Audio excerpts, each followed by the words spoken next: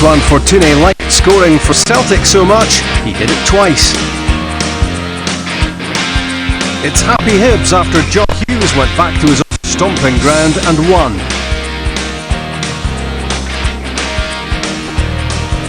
Mark McGee has his first win as Aberdeen manager. Hamilton have lost twice. Chabba's not so chirpy, with Hearts failing to sign a striker, then losing to Rangers. Chris Boyd's back in the old routine. The super sub scored the Tynecastle match winner. The second SPL weekend saw Celtic play their first home game against St Johnstone. John Hughes went back to Falkirk with Hibs. Aberdeen put the accent on youth at Hamilton. Hearts tried to make it tough at Tynecastle for Rangers. Motherwell's first home match in the SPL was against Kilmarnock. Dundee United went to Paisley to play St Mirren. Tony Mowbray doesn't want to lose any key players from his Celtic huddle, with the transfer window still open. McGeady, Maloney and Brown all played their part in the defeat of St Johnstone. There's Maloney. Oh, it's brilliant play by Maloney. Setting up the chance of Fortuné! 1-0 to Celtic. That was magnificent play there by Sean Maloney. Picked out the pass and it was passed into the net there by Fortuné. It was excellent finishing by the Frenchman, but really electric play from Sean Maloney to set that up, and Celtic have the breakthrough. Donati. Good control shown by McDonald. Splendid play. This is McGeady. Hinkle going outside him. Played in well there by McGeady. Oh, that's brilliant play from Celtic. Sean Maloney with goal number 2. St Johnstone simply had no answer to that wonderful piece of play again from Celtic. Outstanding attacking play. Alan Main was helpless. Well, the Scott McDonald initial contribution was so important. McGeady setting up Hinkle. Look at the space he had there, Maloney, for that bullet header. Great delivery by Hinkle. Superb header by Maloney.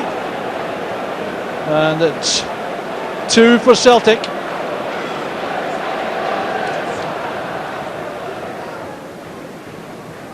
There's a mistake there by Caldwell. What can Samuel do with this? That's what he can do! Terrific goal from Colin Samuel! Changing the whole complexion of the match suddenly.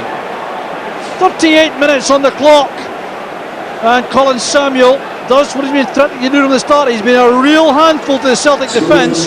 That error by Caldwell was all the opportunity he required. Drilling that beyond Artur Boruc. What a superb goal this is. Lovens thought he had him covered. Interception made by Brown. Now St Johnstone a little bit exposed. This is Maloney. May go all the way himself here. Such a clean strike of the ball, Maloney. Again, sparks off the celebrations in the stands. Excellent third goal. One error in midfield by Jody Morris, the pass towards Granger, but Brown intercepted, and Maloney did everything else himself. Should never be allowed to come into a shooting position like this. He is so deadly in that position, and that's another fine finish for Celtic. No one attacking the near post area there for St Johnstone, so here's an opportunity for McGeady on the counter. Fortuné free over on the left hand side. Donati charging forward. Gap opens up there for Fortuné. It's a brilliant pass and a superb finish. Surely the killer goal now for Celtic. Just look at the way McGeady waited. Was he offside? A question mark perhaps. But for Fortuné, yet another excellent finish.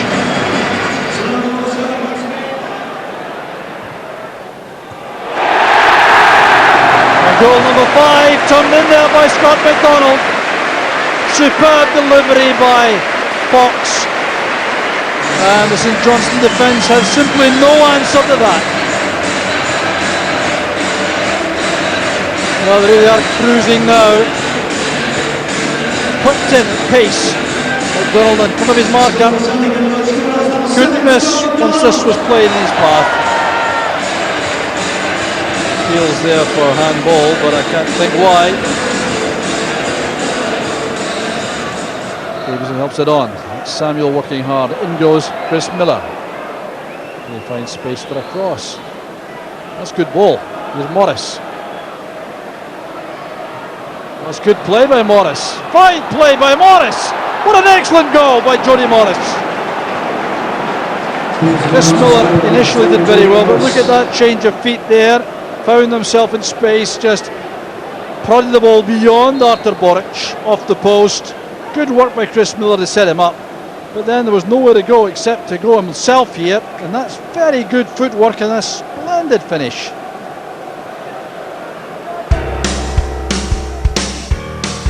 Hibs manager John Hughes went back to former club Falkirk with his new team. So did striker Anthony Stokes, and for both it was a winning return.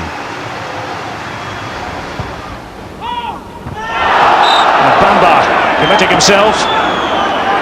Free kick.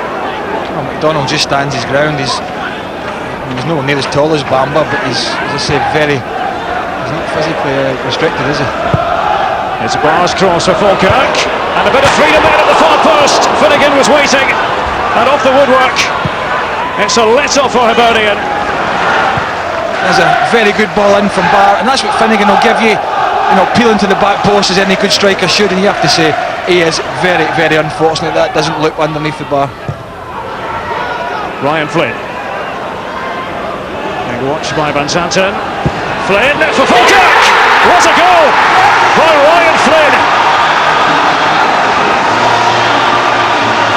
Hibs taken completely by surprise, and they have every reason to celebrate. Eddie May's men strike first, thanks to Ryan Flynn, the man on loan from Liverpool. Rather do switch off, as you said. What they've got to do here when Flynn gets into the box, he's got one-on-one with Van Sanden. Now, who's coming out to double up with the fullback? That's what you'd expect any decent player to be thinking. I'm going to get out there and I'm going to help my fullback, because when he comes inside, I'm going to double up. But credit the young lad on loan from Liverpool. Here he is, Paul Hanlon. Might have heard him talking before the game. Oh, and Stokes in the clear. He's trying to flick it past Robert Olejnik. Anthony Stokes coming to life. Well, that's a better ball, isn't it? That's a good run from Stokes. Gets himself in between centre-half and full-back. Just bends his run, times it nicely. Good ball from Hanlon.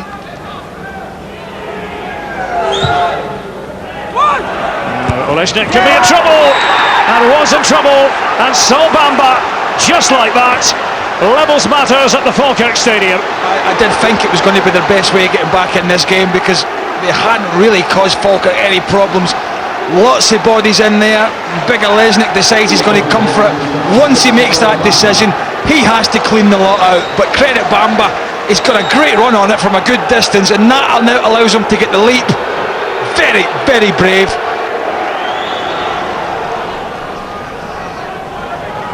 Bamba and Nish wait together. It's a low ball that's been flicked in. Rankin with a free kick, and Derek Riordan with that faintest of touches, but enough to deceive Robert Olejnik. Jackie McNamara lets Derek Riordan just get in behind him. He's onside. Whether they tried that, whether it's been worked on in the training field, I don't know. Lovely ball in from Rankin though, and you have to say, from a guy, Riordan, who has done absolutely nothing in this game. He's not been involved. I spoke about him earlier. I said he's got to take it with the scruff of the neck. That's a lovely finish.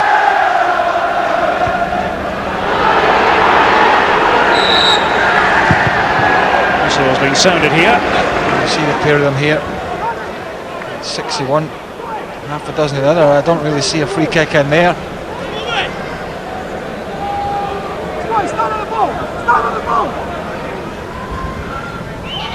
It's Rankin who runs over it. It's Riordan who scores again for Hibernian. Well, I did say he's a free kick specialist. Second goal in a game where he's not been in it a great deal, I have to say, but that is a classy free kick. In any league, in any country, in any game, the goalkeeper ain't getting that.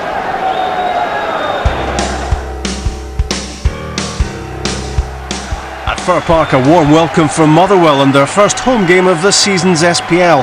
Kilmarnock got off to a winning beginning on weekend number 1.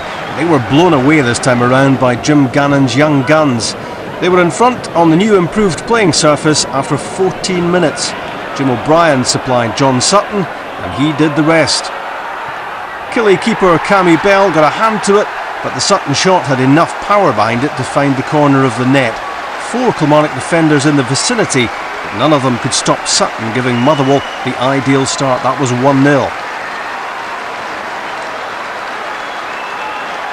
O'Brien had a hand in goal number 2 right on half-time. Stephen Old's challenge had referee Crawford Allen pointing to the spot. He felt there was enough contact to justify a penalty. There's no better young man at the moment to have on penalty duties than Ross Forbes. A clinical conversion on the back of his spectacular strike at St Johnstone the previous weekend. 2-0 Motherwell at the interval. Their advantage was extended midway through the second half, and Sean Hutchison followed Forbes by making it 2 goals in 2 SPL games for him. There was no way back now for Kilmarnock. Uncertain defending from Tim Clancy and Danny Invincible handed Hutchison the chance, and his volley unstoppable. This was the only consolation for Killie, 2 minutes from time. Connor Salmon's cross, and Jamie Hamill lobbed in his second of the season. But it was never going to alter the outcome. Motherwell disappointed they couldn't come out of the match with a clean sheet. That was 3-1. The 3-goal difference was nearly restored in stoppage time through that left foot of Forbes. Another precision effort, this time foiled by the underside of Bell's crossbar. Motherwell 4 points out of 6 and a promising start to the SPL season.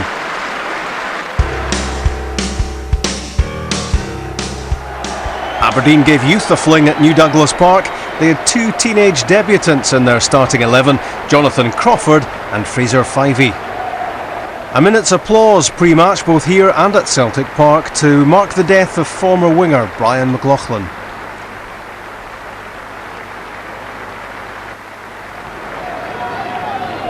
Lee Miller's flick, Darren Mackey hits the deck, and Martin Canning, it goes without saying, is unimpressed. He reckons Mackey made a meal of that, but Brian Winter said free kick. There are a few more deadly in Scottish football from this position than Charlie Mulgrew, and he's done it again! A wickedly swerving left footer, and Aberdeen are in front, and there wasn't much Thomas Cherney could do about this. Lots of action in the air, and it dipped in at the post for 1-0.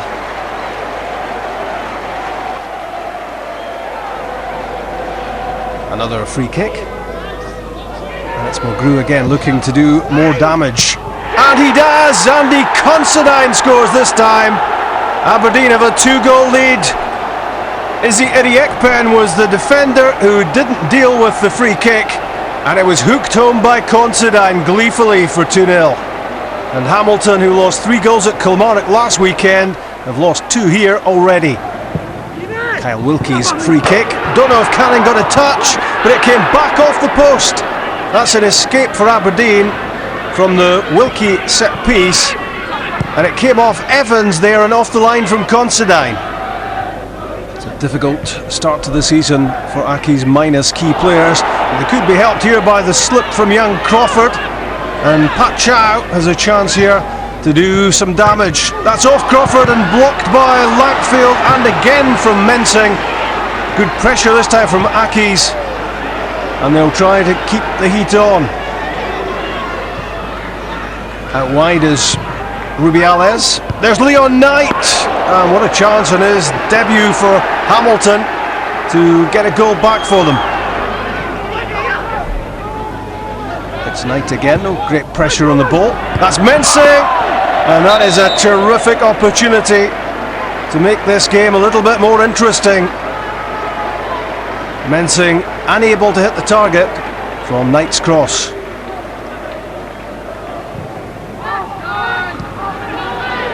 Charlie Mulgrew flicks it towards Maguire, Simply stunning. A touch of the Marco van Basten about that one.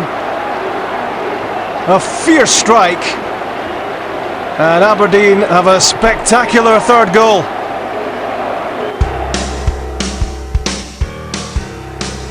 St Mirren continued their quest for a first league win at home since the leaving of Love Street, but knew they would have it tough against a Dundee United team who'd opened up their SPL campaign with the Monday night defeat of Hearts.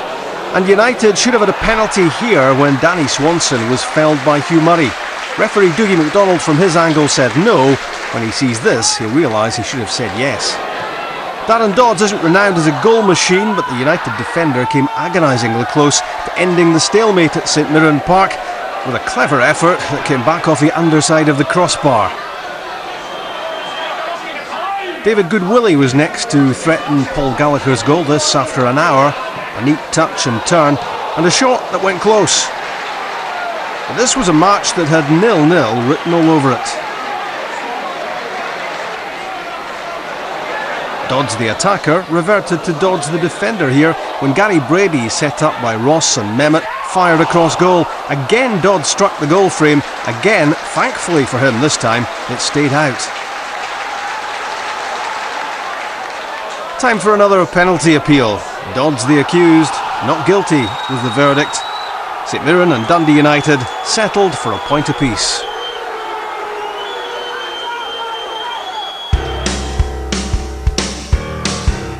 Chaba's been cheerier than he was going into this one. Hearts haven't managed to sign a striker. Walter Smith hasn't signed anyone, but Rangers should still mount a strong title defence. Palazuelos front to ground.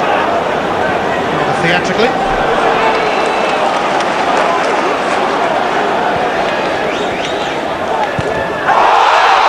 Kevin Thompson is well late on Ian Black, and Kevin Thompson in his first start for 9 months is sent off, and he lunges in on Ian Black then, and Rangers find themselves down to 10 men early on. It's a silly tackle, Ian. It's so stupid. He's trying to keep a lid on the game. Ian Black's just got control here. Thompson knows he's going to play away. I think the referee is just trying to stamp his authority, and I don't think you can blame him. It's such a silly tackle.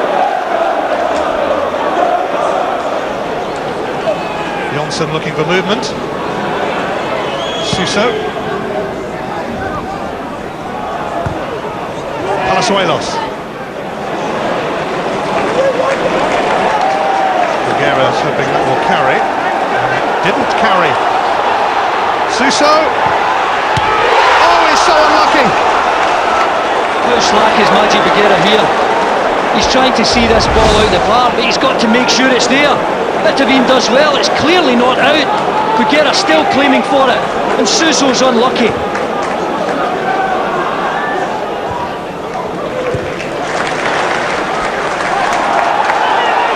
Wallace looking for a free kick, which wasn't forthcoming, but Bitavine can continue. Here is Nade, and Bitavine! Oh, and it slipped past Alan McGregor! And Hearts have the lead! Well, I think a man of Alan McGregor's quality should be saving that. There's no power in it. It's a side foot towards goal. It's not right in the corner. McGregor is right behind it. Nade does well here. The layoff's a good one. It allows the first time shot, but Alan McGregor in top form saves that. Big mistake. McGregor preferred to Neil Alexander at the start of this season, but that is a major clanger. Bitavine will fancy latching onto this. Can Nogueira get there? It's going to go wide, and corner is the verdict. Well, it's so cheap, but David Weir was actually sucked to the ball here on the halfway line with Gary Glenn. You see it there, it allows just that wee bit of space for Bitavine to run onto, and Nogueira does really well to get back and put him off. Suso's corner, Goncalves!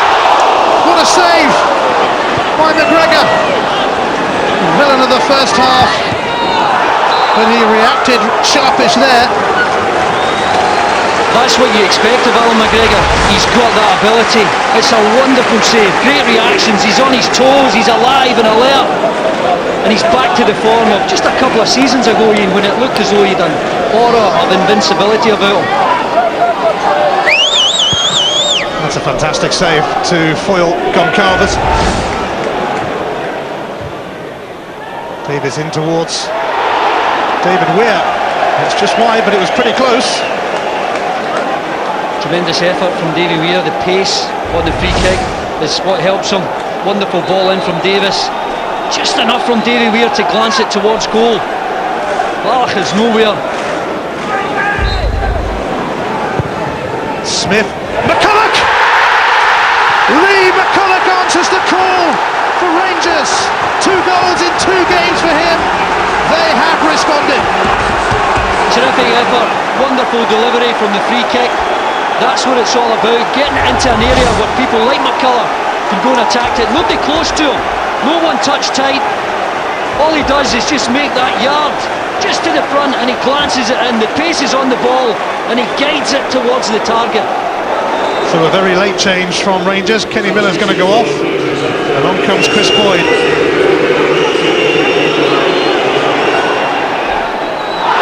Naismith caught by Bouzid. Penalty for Rangers in the last minute of the 90. Well, it's extraordinary because it's such a harmless ball.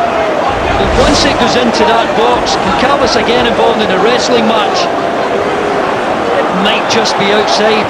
I think Rangers will probably feel entitled to get a bit of a break. Wouldn't you just know it? He's only just come on and he's got the chance to surely win the game. It's Chris Boyd, and he's broken his Tynecastle duck for Rangers and probably won them the game in incredible circumstances here. Rangers have snatched the lead at the end.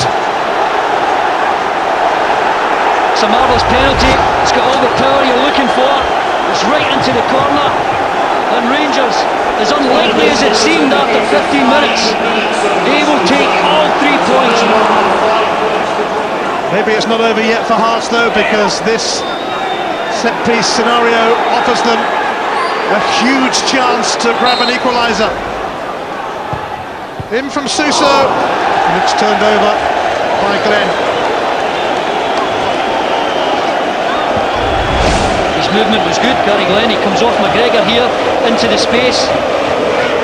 It's a bit unlucky not to guide that towards the target. An opportunity going for Shaba Laszlo to get the first points on the board, and he couldn't have asked for anything more. So a touch of good fortune at Celtic Park as Marc Antoine got his first goals in hoops. Chris Boyd continues to do it for Rangers. His late penalty had the beating of Hearts. A double from Derek Riordan saw Hibs keep pace with the Old Firm by winning at Falkirk. Motherwell have 4 points and 5 goals so far after they beat Kilmarnock. And Aberdeen are off the mark for McGee with a 3-0 win at Hamilton. Confirmation of the results on the second weekend of the Clydesdale Bank Premier League. Celtic 5-2 winners against St Johnstone. Hibs came back from 1 down to win 3-1 at Falkirk. 3 goals and 3 points for Aberdeen at Hamilton. A late winner for 10-man Rangers at Tynecastle. Motherwell beat Kilmarnock 3-1, and it was goalless between St Mirren and Dundee United. The Old Firm are together at the top of the table, but Hibs can boast 6 points out of 6 as well. Motherwell and Dundee United are the other unbeaten teams in the SPL so far. A win each for Aberdeen and Kilmarnock, a point each for St Mirren and St Johnstone. Hearts, Falkirk and Hamilton all pointless. On the third weekend of the SPL season, Mark McGee's former team Motherwell go to Pittodrie. Falkirk head for Tannadice in search of points. Kilmarnock play St Mirren at Rugby Park. Rangers have a home game against Hamilton. Celtic should have their toughest test so far against Hibs. Hearts will try to get their show on the road in Perth. A total of 21 goals on the second SPL weekend, some well worth seeing again.